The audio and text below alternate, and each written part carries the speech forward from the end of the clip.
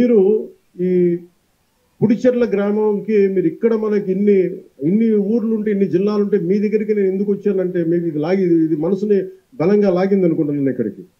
అంటే ఇది ఈ రోజున ఫామ్ పాండ్స్కి సంబంధించి సమగ్ర కొంచెం మీకు వివరించి, అంటే మీకు చాలా మంది మీరు సినిమా ఓజీ అంటున్నారు కానీ అంటే మీరు సినిమాలకు వెళ్తారు, హుషారుగా ఉంటారు, కానీ నీళ్ళు లేకపోతే మీరే సినిమాలకు వెళ్తారు. అందుకని ఎప్పుడేంటంటే మంచి అభివృద్ధి ఉండాలి, రోడ్లు కావాలి, మనకి ఇరిగేషన్ ప్రాజెక్ట్స్ ఉండాలి, పంట నేల పచ్చగా ఉండాలి, ఇవన్నీ కోరుకోవడం. దాంట్లో మొదటిది నీటిని సంరక్షించుకోవడం. మనకి రాయలసీమ నేల నీటికి చాలా ఇబ్బంది పడేది. వస్తే భారీ వర్షం వస్తే, కానీ నిల్వ చేసుకునే సౌకర్యం లేదు మనకి. ఈ నిల్వ చేసుకునే సౌకర్యం మీరు ఊహించండి, 1,55,000 నీటి కుంటలు, 1,55,000 నీటి కుంటలు కానీ మనం ఈ రోజున మన టార్గెట్, ఇది ఒకటే టార్గెట్ పెట్టాను నేను, మే నెలలోపు అయిపోవాలని చెప్పి నేను శశిభూషణ్ గారికి కానీ మన కృష్ణతేజ గారికి అని చెప్పిన, మే లోపు అయిపోవాలి. ఎందుకంటే వర్షాలు రాగానే నీటి కుంటలు నిండాలి. అంటే 1,55,000 పాండ్లు కనుక నీటి కుంటలు కనుక నిండితే మనకి ప్రకాశం బ్యారేజ్లో 3 టీఎంసీలు నీళ్లు. అలాంటిది మనకి 1,55,000 పాండ్లు నీటి కుంటలు కనుక నిండితే 1 టీఎంసీ వచ్చేస్తుంది. అందుకని మనకి పెద్ద ప్రాజెక్టులు వచ్చే వరకు నా నమ్మకం ఏంటంటే, కృష్ణదేవరాయలు గారు ఇక్కడ ఎప్పుడు మన తటాకాల మీద వ్యవసాయం చేసిన పద్ధతి, మనం ఏం కొత్తగా చేయట్లా. మర్చిపోయిన దాన్ని కృష్ణదేవరాయలు గారు చేసింది. అంటే ఇది రాయలసీమ కాదు, ఇది రత్నాలసీమ. అలాంటి రత్నాలసీమ రావాలి, మళ్ళీ రత్నాలు ఇక్కడ అంటే అంత బలంగా ఉండాలి. ఇక్కడ అభివృద్ధి కొందరికే కాదు, అందరికీ కావాలి. అందుకే ఎకరం 30 సెంట్లు రాజన్న గారికి కూడా ఇది ఎందుకు పెట్టామంటే, ఇది ఆయన బాగుండాలి. కేవలం 30-40 ఎకరాలు ఇంకా పైవాళ్ళు పెద్దోళ్ళు కాకుండా అందరూ బాగుండాలనే ఉద్దేశంతో ఈ ఫామ్ పాండ్, దీంట్లో ఈ 1,55,000 పాండ్లు మనం ఎప్పుడైపోతే sir, we are targeting before May. What is the timeline? End of May. అంటే మే నెలాఖరులో ఇది అయిపోయేలాగా. ఎందుకంటే మనం ఎందుకు ఇంత బలంగా చెప్పగలనంటే, ఒకటే రోజున మనం గ్రామ పంచాయతీలో గ్రామ సభలు నిర్వహించాం. 13,326 పంచాయతీలు గ్రామ సభలు నిర్వహించగలిగామంటే మనకి సత్తా ఉంది, పనిచేసే అధికారుల యంత్రాంగం ఉంది. కానీ వాళ్ళకి పని చెప్పడానికి దిశానిర్దేశం చేసే ఏ స్వార్థం లేని వ్యక్తులు కావాలి. ఇది రాష్ట్రం బాగుండాలని గౌరవ ముఖ్యమంత్రి చంద్రబాబు నాయుడు గారు ఎలా కోరుకుంటారో, నేను కూడా వారి అనుభవాన్ని మనం ప్రేరణగా తీసుకొని నేను కూడా దాన్ని నేను తీసుకున్న ఈ శాఖల్ని చాలా బలంగా చేయాలనే ఒకటే రోజున 13,326 గ్రామ పంచాయతీలు గ్రామ సభలు నిర్వహించి అభివృద్ధి కోసం చేపట్టాల్సిన పనుల జాబితాను రూపొందించడం ద్వారా మనం ఈ ప్రపంచాన్ని మన ఒక గొప్ప బలమైన సందేశం ఇచ్చింది. ప్రపంచ రికార్డు కావచ్చు, ఇంకోటి ఏదైనా కావచ్చు. అలాగే గ్రామాల్లో స్వాతంత్రం మరియు గణతంత్ర దినోత్సవాల సందర్భంగా, ఏదో ఇండిపెండెన్స్ డే కావచ్చు, రిపబ్లిక్ డే కావచ్చు, జెండా ఆవిష్కరణ కోసం మనం భారత్ మాత జిందాబాద్ అంటాం, కానీ 100 రూపాయలు చేతులు పెడితే దేములకు వస్తే ఒక సర్పంచ్ని, అలా మేజర్ గ్రామ పంచాయతీలు 100-250 మీరు ఊహించండి. అంటే ఇన్ని సంవత్సరాలు గత ప్రభుత్వంలో ఆయన ఉన్న వారు 100 కాదు 250 కూడా చేయలేకపోయారు ఒక్కొక్క మైనర్ గ్రామ పంచాయతీకి. మేజర్ గ్రామ పంచాయతీ 250, 30 సంవత్సరాలు 40 సంవత్సరాల నుంచి అలాగే ఉంటే, నారా చంద్రబాబు నాయుడు గారి ఆధ్వర్యంలో వారి నాయకత్వంలో వచ్చిన మన ప్రభుత్వం 100 నుంచి గ్రామ పంచాయతీలు కేవలం జెండా పండుగ చేయడానికి 100 రూపాయలని 10,000 పెంచాం. అలాగే 250 రూపాయలని 25,000కి పెంచాం. ఎన్ని ఇంతలు పెరిగిందో మీరు ఒకసారి దయచేసి దీన్ని ఆలోచించండి. అలాగే పంచాయతీరాజ్ పరిపాలనా వ్యవస్థను మరింత సమర్థవంతంగా మార్చేందుకు DLDO, divisional level development officer కానీ, MPDO, DPO, CEO, ZP, DLPO, URD వంటి క్యాడర్స్ని పునర్నిర్మాణం చేసి ప్రజలకి మరింత సమర్థవంతంగా సేవలు అందించాలనే సంకల్పంతో మంత్రివర్గం పరిపాలనా సంస్కరణను ఆమోదించింది.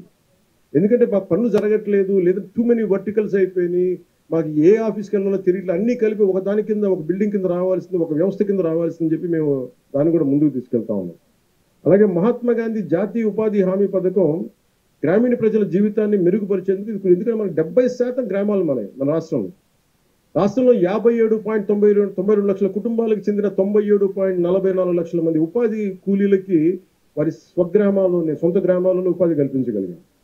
ఇప్పటి వరకు 23.52 కోట్ల పనితీలను అందించడంతో పాటు 4.27 లక్షల కుటుంబాలకి 100 రోజులు పనిచేసే అవకాశం కల్పించాం. ఈ పథకం కింద ఇప్పటి వరకు 9,597 కోట్లు ఖర్చు చేశాం. అందులో 6,009 కోట్ల కూలీల కష్టానికి వారి శ్రమకి నేరుగా అందించగా 3,588 కోట్లు మెటీరియల్ కోసం, కంకర కావచ్చు, మిగతా వస్తువుల కోసం.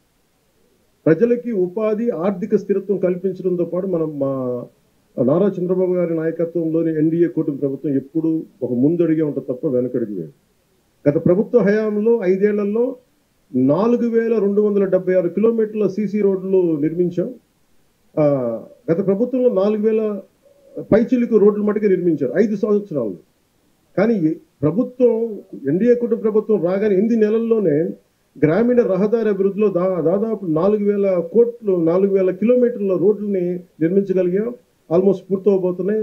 1,600 కోట్ల వ్యయంతో నిర్మించి మనకి ఈరోజు రోడ్లు పడ్డాయి. మన కర్నూలు జిల్లా నెంబర్ 1లో ఉంది సీసీ రోడ్లు అంటే. దానికి కారణం మన నాయకత్వ పట్టిమ, అలాగే అధికారుల తాలూకు కెపాసిటీ.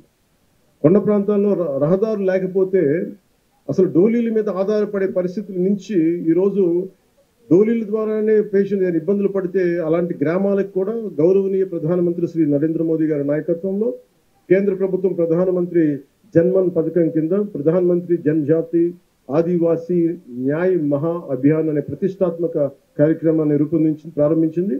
ఆ పథకం ద్వారా 100 మందికి పైగా గిరిజనులు నివసిస్తున్న ప్రాంతాల్లో అవసరమైన మౌలిక వస్తువులను అభివృద్ధి చేసే వారికి అభ్యున్నతికి మనం ముందుకు సహాయపడుతున్నాం. ఈ పథకం కింద గిరిజన గ్రామాల్లో 612 పైచిలుకు కిలోమీటర్ల పొడవుతో 239 అనుసంధానం లేని గ్రామాలకి రహదారి సౌకర్యం కల్పించేందుకు 206 పనులు మంజూరు చేశాం. ఈ అభివృద్ధి పనులకి 555.60 కోట్ల అంచనాని వ్యయంగా పెట్టి దాన్ని కేటాయించాం. అదనంగా గిరిజన గ్రామాల్లో విద్యుత్, తాగునీరు, ఆరోగ్య కేంద్రాలు, స్కూళ్లు, కమ్యూనిటీ హాళ్లు వంటి మౌలిక వస్తువులను కేటాయించింది. అలాగే ప్రధానమంత్రి గ్రామ్ సడక్ యోజన అంటే గిరిజన గ్రామాల్లో రహదారి నిర్మాణానికి నిధులను కేటాయించాం.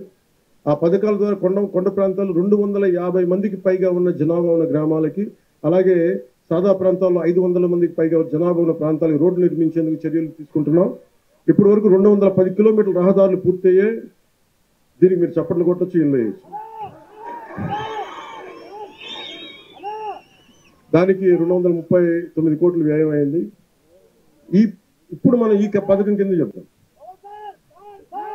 ఒక నిమిషం నేను మనిషిని పంపిస్తాను కూర్చోండి. ఇంటిగ్రేటెడ్ ఇప్పుడు ఇది ఫామ్ పాండ్స్. ఎందుకంటే ఇందాక మీకు చెప్పినట్టుగా 1 TMC 1000 మిలియన్ క్యూబిక్ ఫీట్. కూర్చోమా, డిస్టర్బ్ చేయి ప్లీజ్. కూర్చో డిస్టర్బ్ చేయండి, కూర్చో. మనుషులు పంపిస్తాం.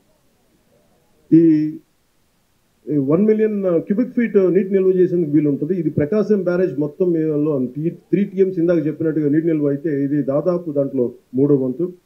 ఇది ఈ రైతులకు నిరంతరం నీటి అందుబాటులో ఉంటుంది. రైతన్నల సంక్షేమం కోసం గ్రామీణ అభివృద్ధిని దృష్టిలో పెట్టుకుని మహాత్మా గాంధీ జాతీయ గ్రామీణ ఉపాధి హామీ పథకం కింద ఈ ఫామ్ పాండ్స్ చేపట్టాం.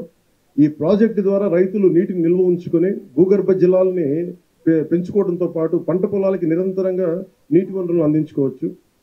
అంటే దీనికి మీరు చూస్తే అనంతపూర్లో ఒక మంచి ప్రైవేట్ ఇనిషియేటివ్ ప్రైవేట్ వ్యక్తులు చాలా మంది చేశారు.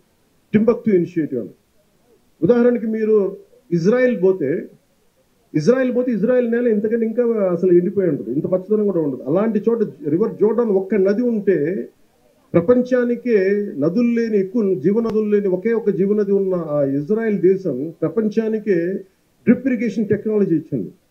ఎప్పుడైతే మనకి నీటి సౌకర్యం ఉండదో, ఎక్కువ మన కష్టం ఉంటుందో, దాన్ని మనం శ్రమపడి వాళ్ళ తెలివితేటలు పెంపొందించుకొని మన ప్రపంచానికే మనకి డ్రిప్ ఇరిగేషన్ అందించారు ఇజ్రాయెలీస్. సో అంటే మనకి మనసు పెడితే ఏదైనా సాధించవచ్చు అనేది మనం దాన్ని పెట్టుకోవచ్చు.